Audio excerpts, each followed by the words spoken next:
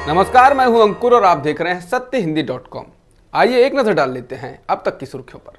कांग्रेस के पूर्व अध्यक्ष राहुल गांधी ने गुरुवार को कहा है कि उदयपुर में हुए चिंतन शिविर में कांग्रेस ने जो संकल्प लिए थे उन्हें उम्मीद है कि पार्टी उन पर कायम रहेगी। इसके साथ ही राहुल गांधी ने कहा कि कांग्रेस अध्यक्ष पद एक विचारधारा का प्रतीक है। जो भी अध्यक्ष बने, पता होना चाहिए कि वो भारत के लक्ष्य का प्रतिनिधित्व कर रहा है। बता दें, उदयपुर के चिंतन शिविर में कांग्रेस ने जो संकल्प लिए थे उसमें एक प्रमुख संकल्प ये भी था कि एक शख्स के पास एक ही पद होगा। इसके अलावा किसी भी चुनाव में एक परिवार एक टिकट का संकल्प भी लिया गया था। ये चिंतन शिविर इस साल मई में हुआ था। राहुल गांधी के इस बयान के बाद चर्चा ये शुरू हो गई है कि अगर राजस्थान के मुख्यमंत्री अशोक गहलोत कांग्रेस के राष्ट्रीय अध्यक्ष बने तो उन्हें मुख्यमंत्री का पद छोड़ना होगा। बता दें, इस बात की चर्चा जोरों पर है कि अशोक गहलोत कांग्रेस अध्यक्ष के चुनाव में उम्मीदवार होंगे, लेकिन मीडिया में आई तमाम खबरों में यह भी कहा गया है कि गहलोत कांग्रेस अध्यक्ष के साथ ही राजस्थान के मुख्यमंत्री की कुर्सी पर भी बने रहना चाहते हैं। हफ्तों पहले 5 मुस्लिम बुद्धिजीवियों से चर्चा करने के बाद आज आरएसएस प्रमुख मोहन भागवत दिल्ली की एक मस्जिद में पहुंचे हैं। मोहन भागवत आज दिल्ली में कस्तूरबा गांधी मार्ग स्थित मस्जिद पहुंचे और यहां उन्होंने ऑल इंडिया इमाम ऑर्गेनाइजेशन के चीफ इमाम डॉक्टर इमाम अहमद इलियासी से मुलाकात की। इसे बंद दरवाजे की बैठक के रूप में बताया गया है, जो 1 घंटे से अधिक समय तक चली। बता दें कि इससे पहले भागवत ने 5 मुस्लिम बुद्धिजीवियों में पूर्व मुख्य चुनाव आयुक्त SY कुरैशी, दिल्ली के पूर्व उपराज्यपाल नजीब जंग, AMU के पूर्व VC जमीरुद्दीन शाह, RLD के शाहिद सिद्दीकी और सईद शेरवानी से मुलाकात की थी। इनकी मुलाकात के दौरान सांप्रदायिक सौहार्द को मजबूत बनाने और अंतर सामुदायिक संबंधों में सुधार पर व्यापक चर्चा हुई थी। पूर्व मुख्य चुनाव आयुक्त SY कुरैशी ने बताया था कि 75 मिनट की बैठक में भागवत ने कहा कि वो भी देश की स्थिति के बारे में चिंतित हैं। उन्होंने RSS प्रमुख मोहन भागवत के हवाले से कहा, मैं वैमनस्य के माहौल से खुश नहीं हूँ। ये पूरी तरह से गलत है। देश सहयोग और एकजुटता से ही आगे बढ़ सकता है। आरएसएस प्रमुख मोहन भागवत से ऑल इंडिया इमाम ऑर्गेनाइजेशन के प्रमुख इमाम उमर अहमद इलियासी ने मुलाकात की। मुलाकात के बाद उन्होंने मोहन भागवत को राष्ट्रपिता बता दिया। समाचार एजेंसी PTI के अनुसार जब उनसे सवाल पूछा गया कि मोहन भागवत ने कहा कि हिंदू और मुसलमान का DNA एक है और मुसलमान के बिना हिंदुस्तान पूरा नहीं होता, इस पर आप क्या कहेंगे? इसके जवाब में मौलवी उमर अहमद इलियासी ने मोहन भागवत को राष्ट्रपिता बताया। उन्होंने कहा कि जो उन्होंने कहा वो सही है, चूंकि वो राष्ट्रपिता हैं, जो उन्होंने कह दिया वो ठीक है। हिजाब मामले में 10 दिनों की सुनवाई के बाद गुरुवार 22 सितंबर को सुप्रीम कोर्ट में जस्टिस हेमंत गुप्ता और जस्टिस सुधांशु धूलिया की बेंच ने फैसला सुरक्षित रख लिया। इस मामले में 3 दिनों से कर्नाटक सरकार की ओर से हिजाब बैन के समर्थन में दलीलें पेश की जा रही थीं। गुरुवार को याचिकाकर्ताओं की ओर से वरिष्ठ वकील दुष्यंत दवे और हुजैफा अहमदी ने काउंटर जवाब दिया। इसके बाद अदालत ने सुनवाई पूरी होने और फैसला रिजर्व करने की घोषणा कर दी। मालूम हो कि कर्नाटक सरकार ने शिक्षण संस्थाओं में हिजाब पर बैन लगा दिया था। कुछ लड़कियों ने इसे कर्नाटक हाईकोर्ट में चुनौती दी। कर्नाटक हाईकोर्ट ने हिजाब को इस्लाम की जरूरी प्रथा नहीं मानते हुए राज्य सरकार के बैन के फैसले को सही ठहराया था। इसके बाद उन लड़कियों ने हाईकोर्ट के फैसले को सुप्रीम कोर्ट में चुनौती दी, जिस पर 10 दिनों तक सुनवाई चली। ज्ञानवापी मामले में हिंदू पक्ष ने मस्जिद के अंदर अंडाकार वस्तु को शिवलिंग बताते हुए कार्बन डेटिंग की मांग कोर्ट से की है। इस पर वाराणसी कोर्ट ने अंजुमन इंतजामिया मस्जिद कमेटी को नोटिस जारी किया है। मामले की सुनवाई अब 29 सितंबर को होगी। ज्ञानवापी मस्जिद फिलहाल इंतजामिया कमेटी के कब्जे में है।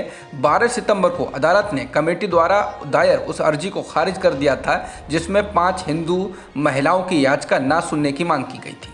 5 हिंदू महिलाओं ने एक याचिका दायर कर पूरे साल मस्जिद कैंपस के अंदर हिंदू देवताओं की पूजा करने का अधिकार मांगा था। टेलीविजन रेटिंग पॉइंट यानी TRP स्कैम में प्रवर्तन निदेशालय यानी ED ने रिपब्लिक टीवी और आर भारत को क्लीन चिट दे दी है, लेकिन इंडिया टुडे और न्यूज नेशन के खिलाफ इस मामले में जांच जारी रहेगी। यह खबर देते हुए लाइव लॉ और इंडियन एक्सप्रेस ने बताया कि ED ने पिछले हफ्ते विशेष PMLA कोर्ट में दाखिल की गई चार्जशीट में अर्नब गोस्वामी संचालित रिपब्लिक टीवी और आर भारत को क्लीन चिट दी, जबकि मुंबई पुलिस ने अर्नब को भी आरोपी बनाया था। ED ने दावा किया कि उसने रिपब्लिक चैनल की भूमिका की जांच की और पाया कि मुंबई पुलिस की जांच उनकी जांच से अलग थी और उसे रिपब्लिक टीवी और उससे जुड़े चैनल के खिलाफ कोई सबूत नहीं मिला। एजेंसी ने कहा कि उसने न्यूज नेशन और इंडिया टुडे चैनलों के खिलाफ अपनी जांच पूरी नहीं की है।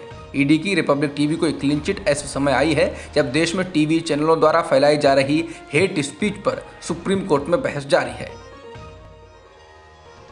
राष्ट्रीय जांच एजेंसी यानी एनआईए ने बुधवार रात को 10 राज्यों में पॉपुलर फ्रंट ऑफ इंडिया यानी पीएफआई के कई ठिकानों पर छापेमारी की है। इस दौरान बड़ी संख्या में पीएफआई के कार्यकर्ताओं को गिरफ्तार किया गया है। ये छापेमारी उत्तर प्रदेश, केरल, तमिलनाडु, आंध्र प्रदेश, तेलंगाना आदि राज्यों में हुई है। पीएफआई के सदस्यों ने छापेमारी के विरोध में कई जगहों पर जोरदार प्रदर्शन भी किया। पीएफआई ने कहा है कि वो छापेमारी का जोरदार विरोध करता है। छापेमारी में जांच एजेंसी ईडी भी शामिल है। इंडिया टुडे के मुताबिक 10 राज्यों से पीएफआई के 100 से ज़्यादा कार्यकर्ताओं की गिरफ्तारी हो चुकी है और गृह मंत्रालय इस पूरे ऑपरेशन पर नज़र रख रहा है। इसे एनआईए का अब तक का सबसे बड़ा ऑपरेशन बताया जा रहा है। छापेमारी के दौरान पीएफआई के राष्ट्रीय अध्यक्ष OMA सलाम को भी गिरफ्तार किया गया है। पंजाब की भगवंत मान सरकार ने कहा है कि वो राज्यपाल बनवारी लाल पुरोहित के द्वारा विधानसभा का विशेष सत्र बुलाए जाने की मंजूरी न देने के मामले में सुप्रीम कोर्ट जाएगी। पंजाब सरकार ने यह फैसला भी लिया है कि 27 सितंबर को एक बार फिर विधानसभा का विशेष सत्र बुलाया जाएगा। मुख्यमंत्री भगवंत मान ने कहा ये फैसले गुरुवार को हुई कैबिनेट की बैठक में लिए गए हैं। आम आदमी पार्टी के विधायकों ने राज्यपाल के फैसले के विरोध में चंडीगढ़ में मार्च निकाला है। मार्च में पार्टी के तमाम विधायक, राज्य सरकार के मंत्री और कार्यकर्ता शामिल रहे। दूसरी ओर बीजेपी ने भी चंडीगढ़ में प्रदर्शन किया और मुख्यमंत्री भगवंत मान के आवास का घेराव किया है। बीजेपी नेताओं ने आम आदमी पार्टी सरकार को ड्रामेबाज बताया और कहा कि राज्यपाल ने लोकतंत्र की हत्या होने से बचाने वाला काम किया है। बीजेपी नेताओं ने मांग की है कि इस मामले की सिटिंग जज से जांच कराई जानी चाहिए। बता दें, आम आदमी पार्टी सरकार के द्वारा विधानसभा में बहुमत साबित करने के लिए विश्वास प्रस्ताव लाया गया था और राज्यपाल ने 20 सितंबर को विधानसभा का विशेष सत्र बुलाए जाने की इजाज़त भी दे दी थी, लेकिन बुधवार को एक पत्र जारी कर उन्होंने इसे वापस ले लिया। शिवसेना के उद्धव ठाकरे ने दशहरा रैली शिवाजी पार्क में करने को लेकर हाईकोर्ट का रुख किया था, लेकिन आज शिवसेना के शिंदे गुट ने इसका हाईकोर्ट में विरोध किया। बता दें, ठाकरे गुट ने याचिका में हाईकोर्ट से मांग की थी कि वो बीएमसी को शिवाजी पार्क में उनको अपनी वार्षिक दशहरा रैली आयोजित करने की अनुमति देने का निर्देश दे, क्योंकि वो हमेशा से यहाँ दशहरा मेला आयोजित करते रहे हैं। बार एंड बेंच के मुताबिक शिंदे गुट के विधायक सदा सरवनकर ने मामले की सुनवाई पर तब तक रोक लगाने की मांग की है जब तक असली शिवसेना किसकी है वाले मुद्दे पर सुप्रीम कोर्ट या भारत के चुनाव आयोग द्वारा समाधान नहीं किया जाता है। अब इस मामले पर कल सुनवाई होनी है। वहीं एनडीटीवी के मुताबिक बीएमसी ने कहा कि दोनों धड़ों को अनुमति नहीं दी गई है, क्योंकि किसी एक को अनुमति दी जाती है तो कार्यक्रम स्थल पर कानून व्यवस्था की स्थिति बिगड़ सकती है। अमेरिकी डॉलर के मुकाबले भारतीय रुपए में ऐतिहासिक गिरावट दर्ज की गई है। बुधवार को भारतीय रुपया 80 रुपये 80 पैसे के स्तर पर पहुंच गया। आसान भाषा में समझें तो $1 अगर आपके पास है तो फॉरेन एक्सचेंज में आपको $1 के बदले में 80 रुपये 80 पैसे मिल जाएंगे। बुलेटिन बनाए जाने तक डॉलर के मुकाबले भारतीय रुपया 80.73 के स्तर पर था। देश में एनडीए सरकार की अगुवाई कर रही बीजेपी ने इस साल फरवरी-मार्च में हुए 5 राज्यों के चुनाव में 344.27 करोड़ रुपए खर्च किए। ये खर्च 5 साल पहले यानी साल 2017 में इन 5 राज्यों में हुए चुनावी खर्च से 58% ज़्यादा है। 5 साल पहले बीजेपी ने इन 5 राज्यों में चुनाव प्रचार के लिए 218 करोड़ रुपए से अधिक खर्च किए थे। वहीं कांग्रेस ने भी 2017 के मुकाबले इन 5 राज्यों में अपने चुनावी खर्च में 2017 के मुकाबले 80% ज़्यादा खर्च किए। 2022 में इन 5 राज्यों में चुनाव प्रचार के लिए कांग्रेस ने 194.80 करोड़ रुपए खर्च किए थे, जबकि 2017 में उसने 108 करोड़ से ज़्यादा रुपए चुनाव प्रचार के दौरान खर्च किए थे।